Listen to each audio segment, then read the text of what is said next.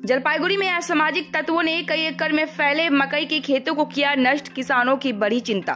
Every drop of water counts. SBM Gold's water tank is the most sustainable and durable water storage solution available. Our hashtag असली commitment. कुछ बदमाशों ने मकई के कई बीघे खेत को नष्ट कर दिया है।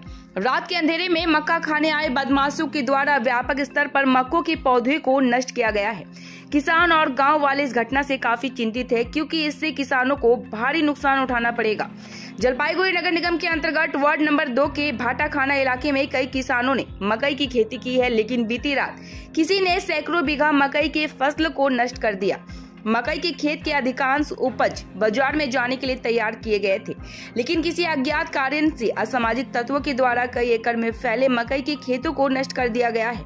क्षेत्र के मक्का किसानों को काफी नुकसान हुआ है, जिससे उनकी चिंता बढ़ गई है। उनका कहना है कि उन्हें समझ नहीं आ रहा है कि हमारे सैकड़ों बीघा मकई के खेत क्यों नष्ट कर दिए गए हैं। দাদা এগুলা কিভাবে ভাঙলো কিভাবে?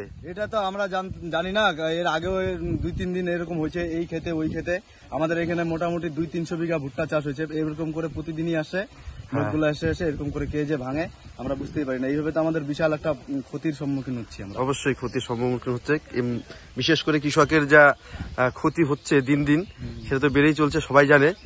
কিন্তু আপনারা কি জানেন না, মানে কারো কোনো সন্দেহ হচ্ছে? সন্দেহ আমরা ওরকম ভাবে করতে পারি না, কিন্তু এখানে 2-1টা পায়ের ছাপও আছে, বোঝা যাচ্ছে।